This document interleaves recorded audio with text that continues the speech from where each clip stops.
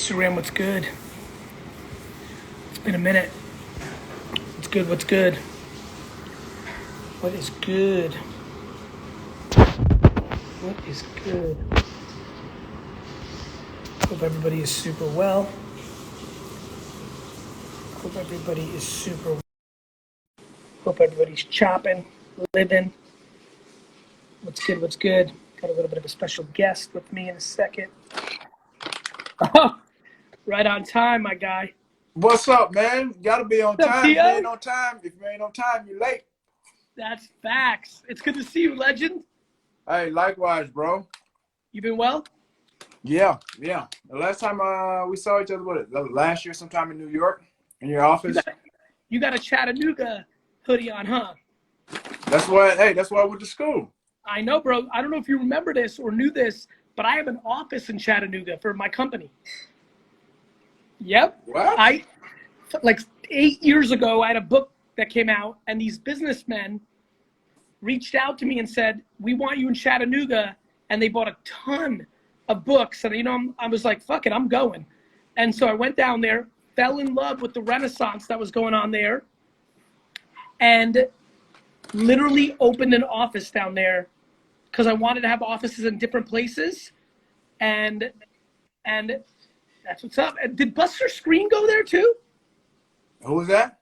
Buster Screen, the corner from the Jets and Bears. I think he might have went to Chattanooga I think so.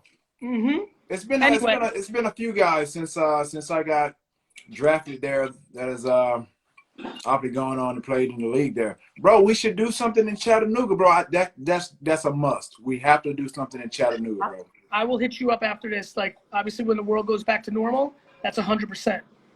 Yeah, though. I had no idea.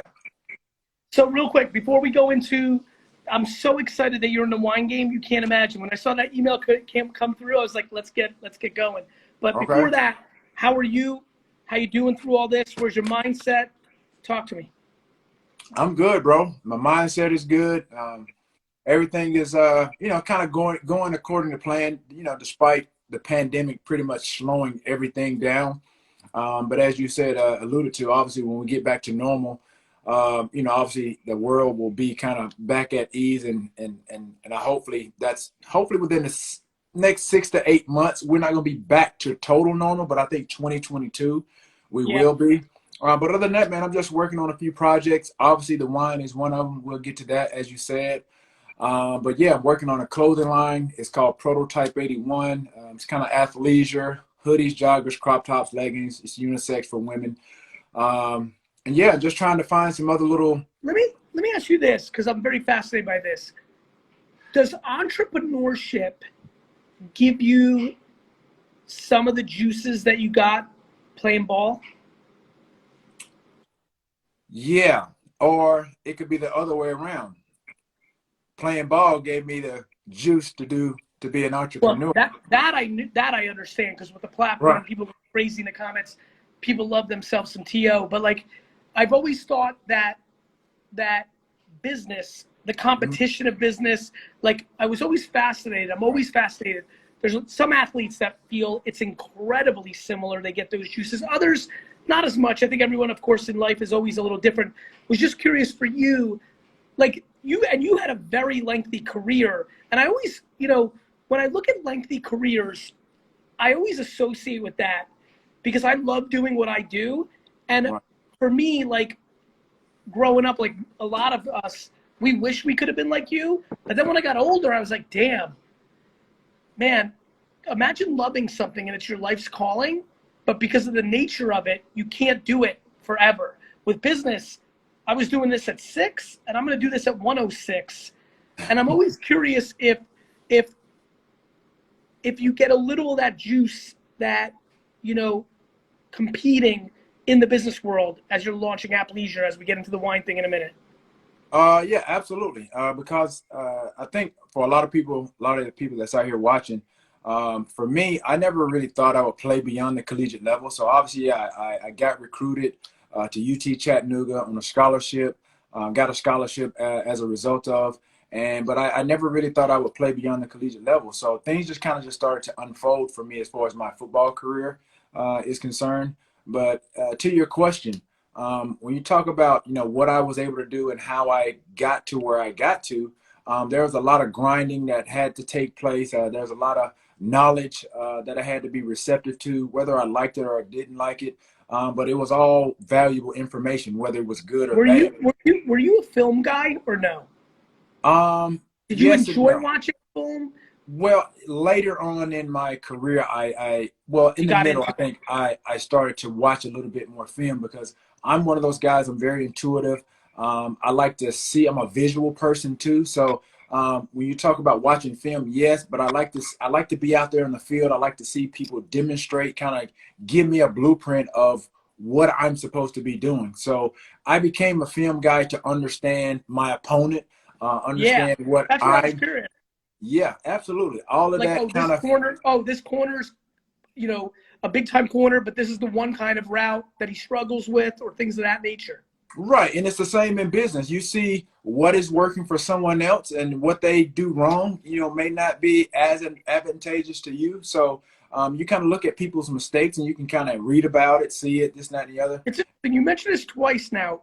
So it sounds like you learned a lot by watching other things from people, more so than countering what the corner was doing. Was there anyone in your career early on or even later that you really admired or you appreciated, whether watching them from afar or they were a teammate?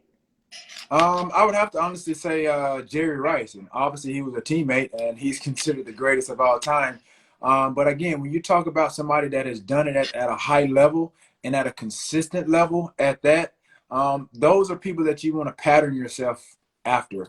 And it's people and there's people in the world too, a world of business, that you can kind of have a similar, I guess, path or what have Mm-hmm. you. If you're trying to again accomplish something, if you're trying to be entrepreneurial, and I mean, if you want to create like I said, a clothing line, a wine line, obviously if you want to do stocks and bonds, you want to do cryptocurrency, Mm-hmm. all those things, you kind of have people that are already in that space, and then you see who's successful, who's not successful. 100%. Talk to me about the wine thing. I'm so excited to hear it. Yeah, it came it just came out of nowhere, kind of like my career, just came out of nowhere, and I honestly, like I said, if I can foresee or foreshadow this wine thing, and I can have it be somewhat eerily similar to my career, I stand to think that it's going to be very, very, very successful.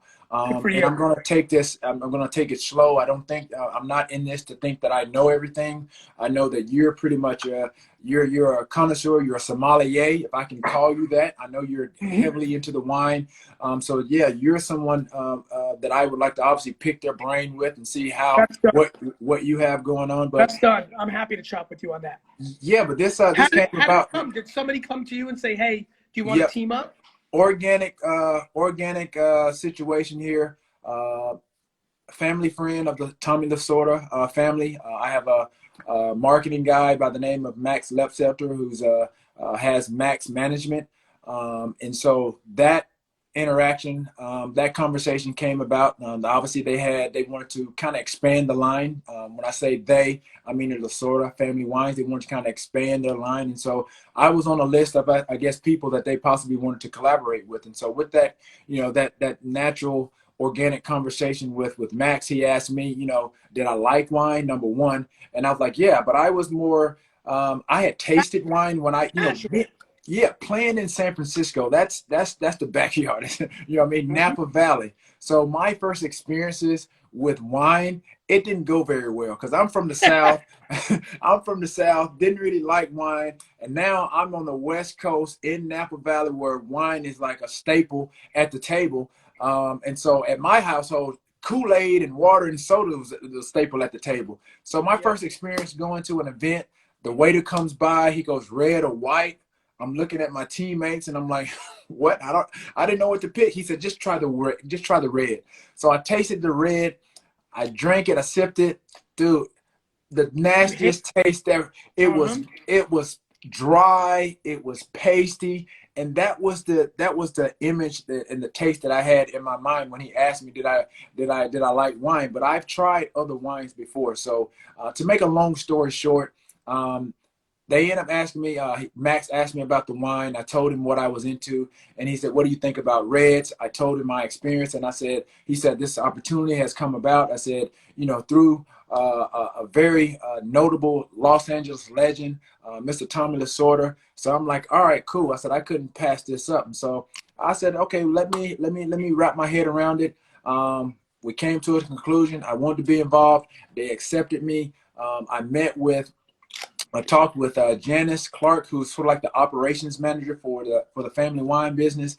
And she basically told me, she said, Tommy gave me the blessings for you to come on and be a partner in this. And I'm like, all right, cool. So I couldn't turn down that, because obviously if you don't know anything about baseball, if you don't know anything about Los Angeles Dodgers, then you don't know who he is. One of the greatest of all time. It's so sad we recently lost him. Big Right. shout out to my friend, Aton Sugarman, who was like a son to him. I got to know Tommy a little bit. So yeah, I couldn't agree with you more. So are you now in the rabbit hole of like learning more about wine, tasting wine? Like, because wine's one of those things that you can go from, for everybody that's watching, like, I'm drinking some right, like it's the kind of thing that you might not care about at all. Then you go into that rabbit hole, and now you can become like, people really get about that wine.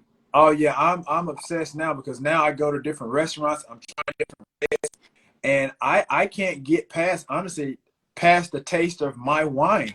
It tastes so good compared to some of these other wines out there. But obviously, that's with me making these attempts to test. It's developing my palate for different types of wine, and so But Tio, again, do I you think can't be that's one of thankful those and things where grateful enough like for. Tio? Yeah, But do you think that's one I'm of here. those things like, yeah, you're good. You're good. Do you think you loving your wine so much is one of those things? You know how like all parents think their kids are the cutest, but meanwhile they're not that cute. Like, do you think it could be that kind of shit? No. I'm relying heavily on customer feedback. That's the best way that you're going to know anything about a product. I'm sure as obviously the Yelp reviews and things of that nature, I've gotten a lot of great feedback, even from some of my close friends that give it to me raw. They give it to me authentic. They're like, yo, I'm going to like that. I drink wine. I'm going to tell you if this is good or bad. And I'm probably batting 1,000, Gary. And I'm not just saying that. This wine is very, very good. And I say that because I had a great winemaker in Terry Colton, who also was a maker of Tommy Lasorda family wines, who does a lot of stuff at the Lavinier winery up in Paso Robles. He's been very instrumental into putting all the tasting notes, the feedback that I gave him, putting those tasting notes to the test. With my wine, it's a ripe black cherry with some cinnamon stick aromas. And then, like I said, I Look wanted at to you, be Tio. but I wanted to be on some of the sweeter side, relatively speaking, as it pertains to wine, especially a Cabernet Sauvignon, because the characteristics of your red wines is it's big, it's bold, and it's dry. So I wanted to eliminate the dry part, which is obviously tannin. That's a description, tannin. So when you talk about adding a little bit of the sweet element to it, we added plum preserves, some dark chocolate, and a spicy toasted oak. And the oak taste is obviously is part of the barreling, being barreled. And for everybody who's watching, when you have new French oak or oak in general, it leads to that vanilla kind of flavor that you can pick up on the nuances of Cabernet. Tio, man, I'm proud of you. You're chopping wine terms now.